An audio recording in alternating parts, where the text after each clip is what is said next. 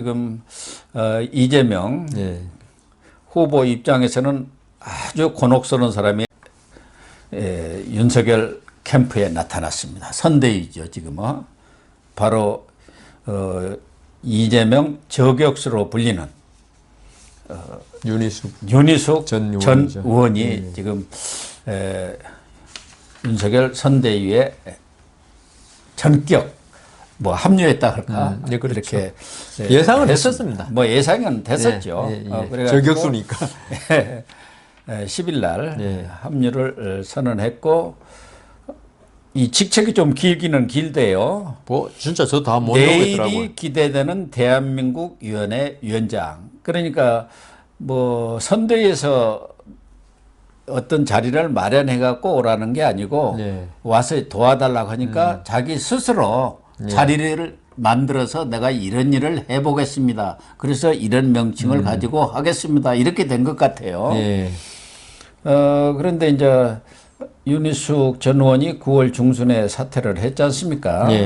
아버지가 농토인가 농지인가 부동산 투기를 했다. 그래서 연루가 됐기 때문에 본인이 그동안 부동산 문제에 대해서 그렇게 엄정한 조치를 요구해온 입장에서 어떤 도덕적 책임을 지고 사퇴를 한 거지. 법적이라든가 그렇죠. 이런 건 아무 관계도 밝히지도 않았어요. 또 본인이 개입된 지가. 그 윤명희는 자기하고도 관계된 것도 지금 제명까지 당했는데도 불구하고 잘하고 민주당에서 일부러 금배지 지켜주려고 제명했으니까 국회의원 떳떳이 오고 있잖아요. 그러니까 본인이 탈당하면 그 금배지 잃으니까 제명이라는 걸 갖다가 이용해가지고 꼼수를 써서 이렇게 금배지를 달아주고 어차피 이 윤명희는 비례대표인데 지금 재판이 진행은 중입니다만은 다른 건으로 재판 진행 중이죠.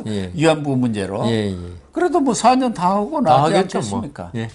그런데 윤희숙 전 의원에 대해서는 윤석열 후보도 정치 입문하기 전부터 검찰총장 그만두고 직접 찾아가서 우리 정치 같이 하십시다.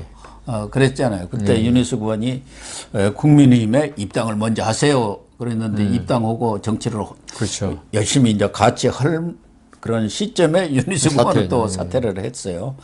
어쨌든 잘 돌아온 것 아닌가. 그동안 윤희숙 의원이 없어갖고 이재명을 이렇게 저격하는 사람이 국민의힘에는 별로 없더라고요. 국회의원이 그래도 100명이 넘는 사람이 있는데 이재명이가 그렇게 설치고 우리가 봐도 말도 안 되는 소리 하는데 거기에 대해서 많은 사람들이 공감할 정도로 맞아, 저 이야기가 원래 윤희숙이는 그런 얘기를 아주 잘했잖아요. 지금은 그런 사람들이 없어요. 열빙정당이라 그런가요? 그게 윤희숙 의원이 사실은 어떤 스타성과 논리를 같이 갖췄습니다. 그렇습니다. 스타성만 있고 논리가 없으면 또 그게 별로 효과가 없고 반대라도 그런데요. 윤희숙 전 의원의 말을 들으면 이재명 후보의 그 어떤 경제 공약들 여러 가지 기본소득부터 그게 잘못됐다는 걸 그대로 알 수가 있어요. 누구라도 누구나 그렇구나. 이해가 가요. 그래서 이재명 후보로서는 윤희숙 의원이 사퇴했을 때 아주 좋아했을 것 같아요. 박수 쳤어요. 화장실에 가서 웃었는데 알턴이 하나 뺐다 그래 했는데 하여튼 그게 윤희숙 의원이 관계는 없었지만은 부동산 문제로 우리 국민들이 가장 민감해하는 것 중에 하나가 부동산 문제 아닙니까? 부동산 문제로 사퇴해놓고 또다시 얼마 되도 않고 마치 의원직을 사퇴했다는 것은 정치를 떠난다는 의미도 좀 있었거든요. 그 당시에는 우리가 아무도 정치를 떠나리라고 생각 안 했지만은 형식은 그랬어요. 의원직 사퇴라는 게. 그런데 다시 이제 선대위에 들어와 버리면 마치 지금 유시민 씨가 다시 정치 들어온 거 욕 많이 하듯이 너 말로만 의원직 사퇴 그 당시에 그걸 모면하기 위해서 어떤 부동산 투기에 대한 그걸 모면하기 위해서 이 사람 잘하는 게 그거니까요. 이 민주당 쪽이 잘하는 게 덮어 씌우기 아닙니까? 그래서 앞으로 이제 아까 내일이 기대되는 이름이 내기당이라고 할게요. 내기위원회인지. 하지만 이걸로 들어오는 것도 괜찮아요. 이것도 공격이 또 있을 겁니다. 제 생각에는 분명히. 왜냐하면 이재명 후보로서는 있죠. 아까 아픈 손가락이 여러 개 있었지만 이재명 후보가 아픈 손가락 하도 많아. 다 아픈 거 같아, 손가락이. 열 손가락이. 발가락까지 아플 거. 예, 아플 거. 건수가 워낙 많으니까. 뭐 그 형수 욕설 사건부터 쭉 나열하면은 워낙 많아가요. 그런데 여하튼 윤희숙 전 의원의 공격은 어떤 다른 거는 그냥 이념 싸움, 그다음 서로 네거티브 이런 걸로 치부를 해버릴 수 있는데 윤희숙 전 의원이 공격하는 것은 아니 근거를 가지고 논리를 가지고 경제학적인 어떤 지식을 가지고 하니까 그 이재명 후보가 바로 받아치지를 못할 것들이 많아요. 그래서 윤희숙 전 의원이 윤석열 쪽에 들어오는 거는 아주 좋은 선택이었다. 그리고 이재명 후보를 공격하는데 그저 이게 진영 논리로 계속 가버리면은 국민들한테 식사하고 공격하는 쪽도 나중에 욕을 먹게 돼 있거든요. 이런 진영 논리. 왜냐하면 그쪽에서는 분명히 국민의힘의 공격, 그다음 윤석열 캠프의 공격을 진영 논리로 돌릴 거란 말입니다. 제일 쉬운 거 토착외구라 그러든가 적폐라든가 그렇게 가버리면은 공격이 처음에는 효과가 있더라도 이게 시간이 지날수록 식상해하고 별로 효과가 나타나지 않아요. 그런데 윤희숙 전 의원 같이 어떤 논리를 가지고 그 상대방 주장의 허점을 하나하나 아주 정확하게 우리 핀포인트 공격이라고 그런 거 있지 않습니까? 스마트 공격이죠. 스마트 폭탄 같이 딱 핵심만 공격하는 거는 그거는 효과가 물론 그 효과의 범위는 좀 한정적입니다. 왜냐하면은 제가 볼 때 우리나라 지금 유권자들의 지지를 보면 이게 뭐 논리 이런 게 관계 없더라고요. 그냥 자기가 좋아하는 사람 말은 무조건 옳고 어떤 팬덤에서 움직이는 그 정치 현실이라서 관계는 없지만 제가 볼 때 중도층에서 어떤 합리적인 사람들이 몇 프로가 움직이냐가 가장 중요하거든, 선거에서. 그래서 우리가 4% 아니면 2%의 4% 사이에 이 선거 결과가 결정되기 때문에 그런 중도층의 어떤 표심, 그 어떤 생각을 움직이는 데는 윤희숙 의원의 어떤 이 논리적인 공격, 이게 영향을 분명히 미치기 때문에 아마 이재명 후보로서도 좀 아픈 곳이 될 가능성이 많죠. 그렇습니다. 이 윤희숙 의원이 바로 들어오면서부터 이재명에 대해서 몇 가지 점을 아주 아프게 공격을 했더라고요. 그 중에 하나는 살아남기 위해서 정치적으로든 또 경제적으로든 인간적으로든 그런 살아남기 위해서 이른바 이제 유시민은 그걸 생존자형이라고 했습니다만은 법을 우습게 알았다는 것이죠. 내가 살아남기 위해서. 우리가 법을 이야기한 겁니다. 무섭게 하는 거. 그래서 사실상 정치적으로는 오래전에 사망했어야 할 사람이라는 게 하나고, 두 번째는 인간적으로 대먹지 않았다는 거예요. 인간적으로. 그러니까 그때그때 임기응변으로 도저히 가망 없는 것도 되는 것처럼, 안 되는 것도 되는 것처럼, 또 되는 것도 그냥 여론 나쁘면 철회, 뒤집어 버리고 여반장.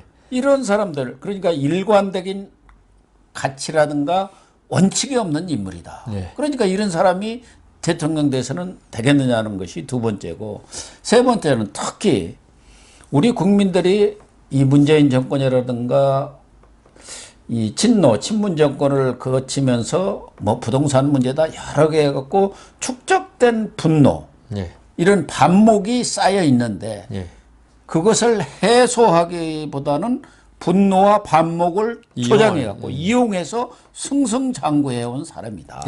결국 정권이 그 사람한테 가더라도 또 그런 일을 할 것 아니냐. 이런 세 가지를 딱 지적해갖고 안 맞다. 대통령은 될 수 없는 사람이다.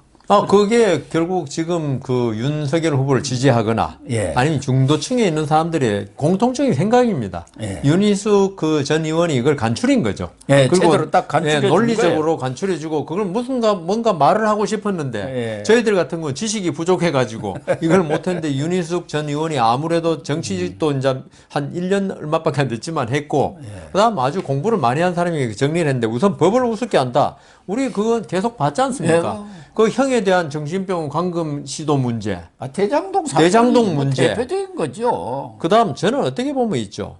이 이재명 후보는 있죠. 그걸로 일생을 살아온 사람이에요. 예.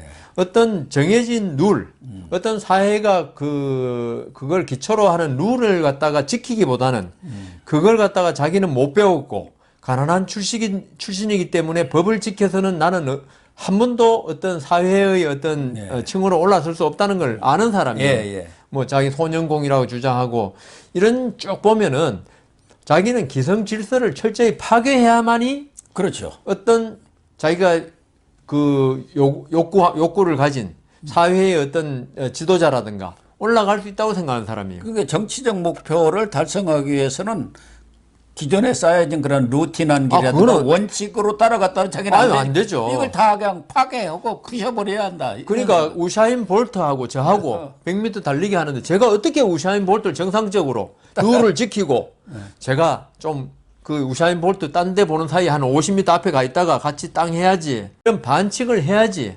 그런데 이재명 후보는 그런 반칙을 쓰는 걸 기회의 균등이라고 봐요.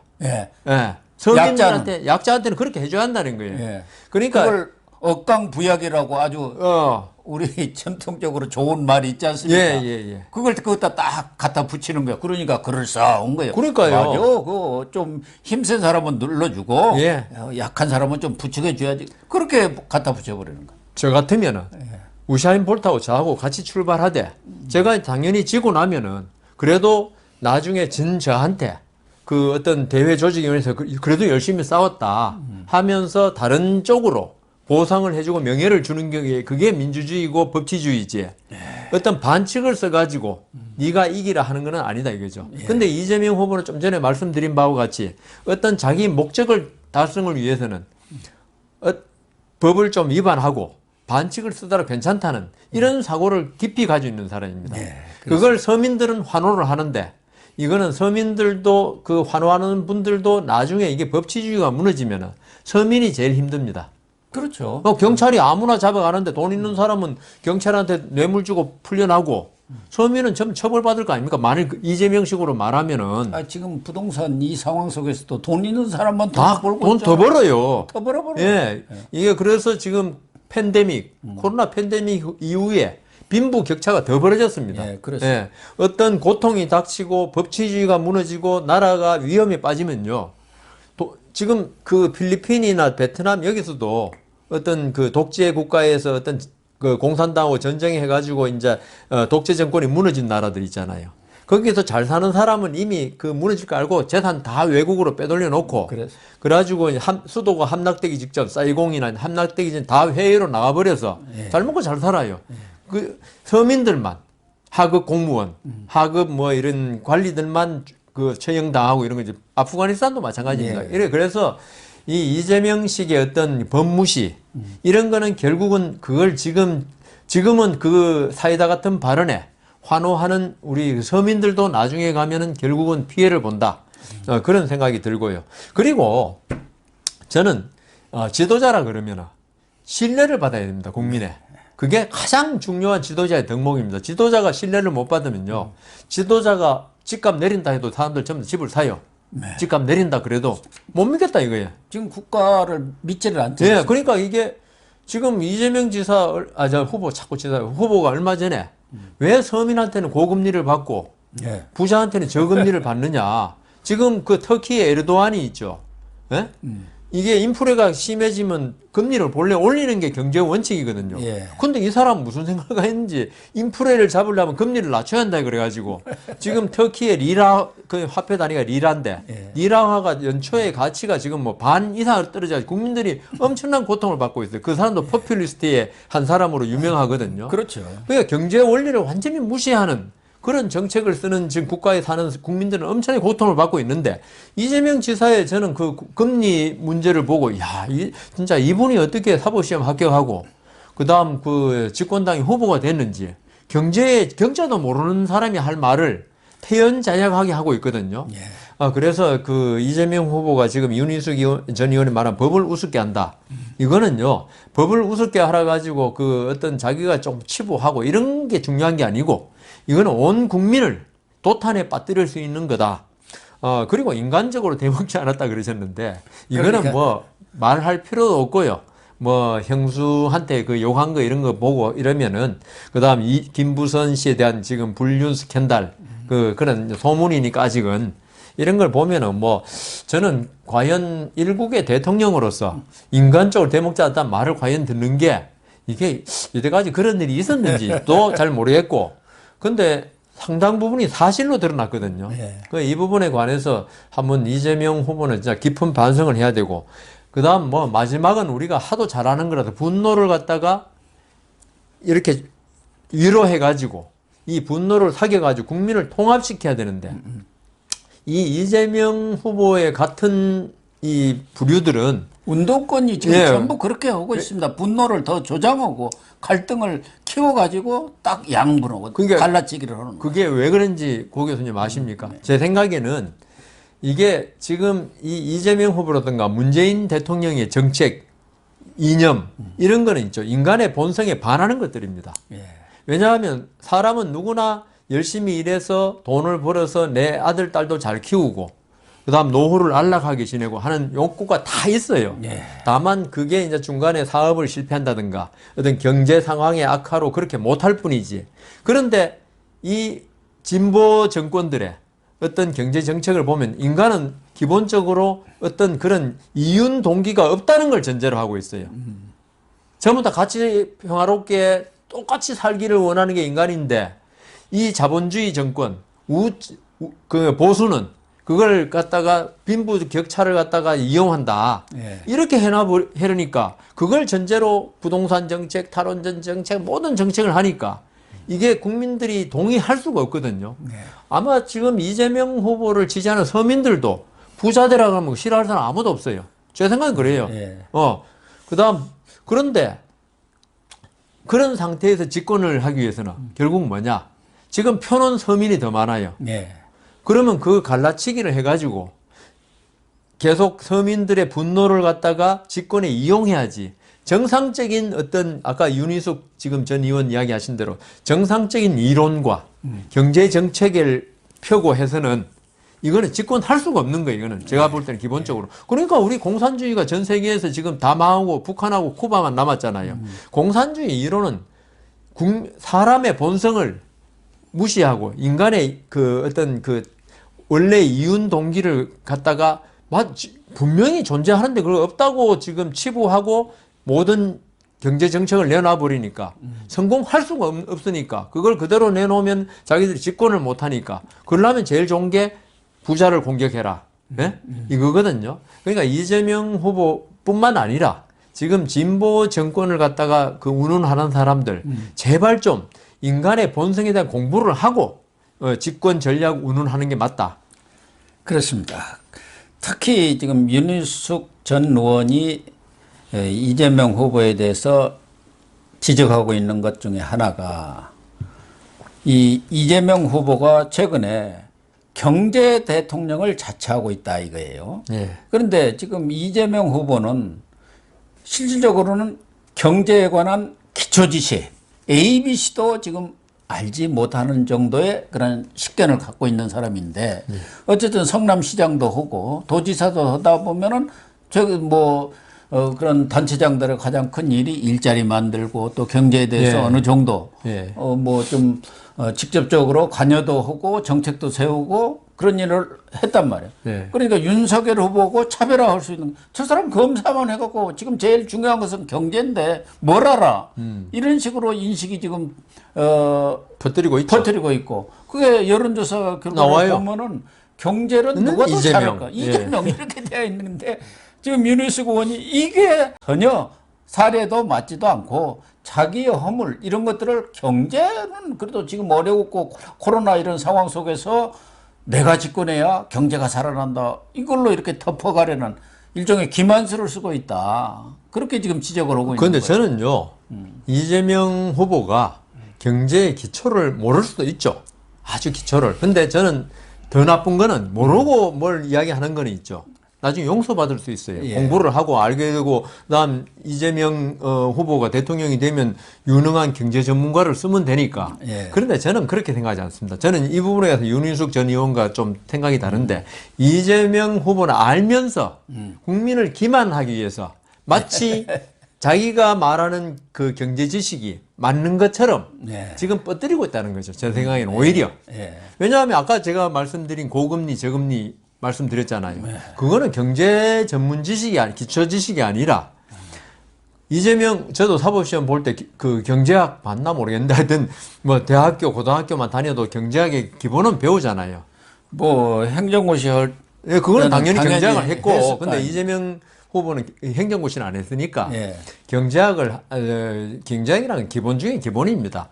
그리고 그 고금리를 왜 받습니까? 서민들은 디폴트, 그러니까 빚을 못 갚을 가능성이 많으면 금융기관으로서는 있죠. 금리를 높게 해가지고 그 리스크를 최소화하려는 거예요.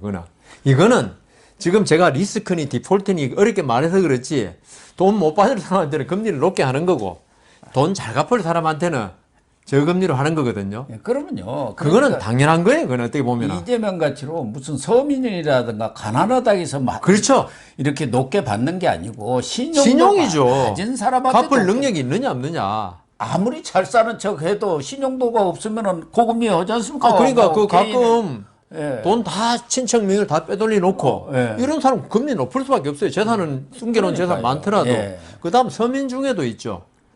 길에서 휴지를 주어도 내가 빌린 돈은 끝까지 갚는 게 양심이 알뜰하게 맞다. 살고 신용거래가 확실한 사람은 낫죠. 저금리예요. 그러니까 이걸 갖다가 이 서민 이게 신용의 높낮이를 서민과 그 부자 아까 갈라치기라고 하면 이야기했죠. 예. 그걸로 이게 치환시키는 궤변을 늘어놓는 거예요, 사실. 그렇습니다. 그러니까 이거는 이재명 후보가 경제의 기초 지식이 없어가 아니고 속이는 거예요, 국민을. 속이는 거죠. 속이는 거예요, 이거는. 이러시면 안 됩니다, 진짜. 이재명 그 지금 후보의 이 말은 있죠. 기본적으로 도덕적 해이라고 그러잖아요. 모럴 해저드라고 그러죠. 이게 결국 이렇게 되면은요. 돈 안 갚는 사람 속출하고 그 얼마 전에 그 어느 정권인가요? 농촌 부채 좀 예. 탕감해 줬잖아요. 탕감해줬죠. 그러면 어려운데도 열심히 일해서 돈 갚는 사람하고 가만히 있으면 국가에서 좀 있으면 면제해 줄 건데 안 갚는 사람하고 어떻게 됩니까? 그럼 경제가 무너지고 아까 우리가 지도자는 그 신뢰가 있어야 한다는데요. 이런 신뢰가 무너지면요. 이게 앞으로 농촌에서 돈 빌린 사람 아무도 안 갚을 거예요. 그래서 저는 윤희숙 전 의원의 말, 이재명 후보가 경제 기초 지식이 없다는 것보다도 마치 없는 것처럼 기만하고 있다. 이게 더 문제고 앞으로 이게 집권하면은 더 큰 문제가 된다. 또 윤희숙 의원과 함께 이분도 윤석열 후보에 대해서 어떤 때는 좀 부정적인 입장도 표명을 했습니다만은 긍정적인 입장을 많이 표명했는데 그 유명한 진중권 교수 이분도 또 만만치 않습니다. 그래서 윤희숙 의원 전 의원 합류와 함께 진중권 전 교수가 SNS에 쓴 글이 또 화제가 되고 있는데 그 내용은 이재명에 대한 평가입니다. 이 사람이라는 것은 원칙 이성과 기회 이성. 원칙 이성이라는 것은 원칙적으로 그런 합리성을 따라서 이렇게 행동하는 사람, 그런 사람을 이제 원칙 이성이라고 하고 기회 이성이라는 것은 자기의 어떤 그 정치적이든 뭐 경제적 이득을 위해서 자기의 입장을 언제든지 바꿀 수 있는 이런 사람인데 이재명은 기회 이성의 화신이다.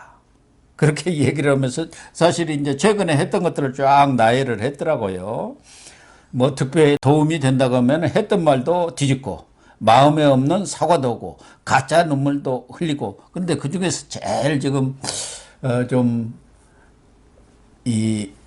이재명으로서는 아픈 게 이재명은 자기한테 도움이 된다고 할 경우 언제든지 문재인도 제물로 삼을 것이다. 그래서 지금 친문들이 적극적으로 안 나서니까 자꾸 의원들한테 뛰어라 하는 거다 이렇게 얘기하고, 오히려 윤석열은 집권을 하면은 보수 쪽에서는 다소 실망할지 모르지만 정치 보복은 하지 않을 거다 이렇게 딱 했더라고요. 그 대표 중에 애가 이제 DJ다. 다 정치 보복을 줄 알았는데 오히려 정치 보복을 안 함으로써 국민 통합을 이뤘지 않느냐. 그런데 진중권 전 교수의 전망은 문재인은 이재명이가 집권할 경우 언제든지 희생양이 될 수 있다 이렇게 딱 짚었더라고요. 예, 이게 결국은 지금 후보에 대한 평가를 단 네 글자로 함축한 건데요. 원칙 이성이란 건 뭐냐 하면은 어떤 바른 길을 갈 때 사실 손해도 보고 이익도 볼 수 있습니다. 그렇죠. 근데 윤석열에 대해서는 그 사람은 조금 손해를 보더라도 바른 길을, 그 바른 길이라는 건 틀릴 수 있고 맞을 수 있어요. 네. 제 생각에는 바른 길이라고 주장한 걸 갖다가 잘못된 걸 알면서 속이는 건 나쁘지만은 그 잘못으로 바른 길이냐 이게 우리 국가에서 옳은 길이냐 안 옳은 길이냐 판단을 잘못해서 할 수 있는 거는 그건 인간이 불완전한 인간이 언제든지 있을 수 있는데, 윤석열은 적어도 어떤 자기가 손해를 보더라도 바른 길을 가겠다는 어떤 신념이 있는 사람이다. 네. 이렇게 한 거고, 이재명에 대해서는 기회 이성이라는 거는 진짜 그거는 기회주의자다 이 말이에요. 뭐 쉽게 말해서 응변을 잘한다. 자기가 어떤 자기한테 도움 되면은 우리 쓰면 뱉고 달면 삼킨다는 거. 예, 그대로예요. 감탄고토죠. 예, 그 한자로 갑자기 생각났는데. 감탄고토. 그게 전형적인 사람이다 이거예요. 예. 그래서 그리고 좀 전에 말씀하신 대로 제가 보기 땐 윤석열이 저는 문재인에 대해서 어떻게 할 수 있다고 봅니다. 있는데 문제는 저는 좀 전에 원칙 이성 얘기하셨잖아요. 네. 윤석열은 억지로 만들지는 않을 것이다. 그러니까 문재인의 잘못을 억지로 만들어내고 법에 어긋나게 법하고 관계없이 아까 우리 법을 우습게 안다는 이재명 이야기했는데 법을 갖다가 어기면서까지 문재인을 단죄하려고 절대로 하지 않을 것이다. 그렇지만 문재인이나 지금 측근들 거기에 어떤 위법 행위가 있으면은 그 윤석열 후보는 분명히 어떤 조치는 있을 것이다. 왜냐하면 그게 자기 원칙주의자 그리고 국민에게 봉사한다는 윤석열 후보의 어떤 자세에 따르면 그게 맞아요. 저는 그렇게 생각하고, 그거는 진중권 교수가 있죠. 전 교수가 윤석열 후보를 너무 온정적으로 보시는 그건 모르겠는데, 저는 그게 오히려 원칙 이성에 그렇게 하면은 지금 문재인을 지지하는 40%, 30% 사람들의 어떤 지지를 음성을 듣고 이럴지는 모르지만 윤석열 후보는 저는 반드시 그렇게 해야 한다고 생각합니다. 잘못된 거는 밝혀야죠. 어떤 정치적 이익을 위해서 그 사람들의 어떤 지지를 갖다가 조금이라도 확보하기 위해서 잘못된 걸 눈 감아준다. 이거는 제 생각에 윤석열 후보는 그렇지 않을 것이다. 그렇게 생각합니다. 문재인 정권이 박근혜 정권이 하는 것처럼 온갖 무리한 걸 다 동원해가지고, 그리고 법이 있죠. 맞는 건 아니잖아요. 위법 행위가, 사람이 불완전하기 때문에 위법 행위가 조금씩은 다 있을 수 있잖아요. 근데 그게 정권 때 정권의 싸움에서 어느 정도는 허여할 수 있는 범위냐, 이건 도저히 국가의 기본을 해치기 때문에 있을 수 없는 그거냐에 따라서 달라지는 거지. 이 때문에 윤석열 후보가 저는 조금의 사소한 실수들 있잖아요. 그런 거는 용서해 줄 수 있다. 그렇지만 우리 국가의 근본을 흔드는 범죄들 나올 수 있습니다. 조사하다 보면은 그런 거는 반드시 파사 현정이라 그러죠. 해야 된다. 그런데 진중권 교수 말대로 이재명 후보에 대해서는 있죠. 그 사람은 아마 집권한 후에 지지가 괜찮으면 가만히 있을 거예요. 그렇죠. 근데 지지가 조금만 흔들린다. 그리고 이게 문재인 정권의 어떤 잘못 때문에 이 고생하는 국민들이 많아져서 원성이 크다.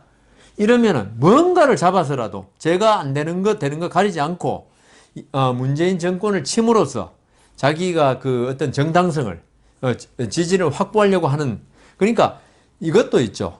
결국은 법을 지키면서 하느냐, 내가 필요하면 언제든지 하느냐. 아까 우리 이재명 후보 여반장이니 이야기했지만 이재명 후보가 위험한 건 있죠.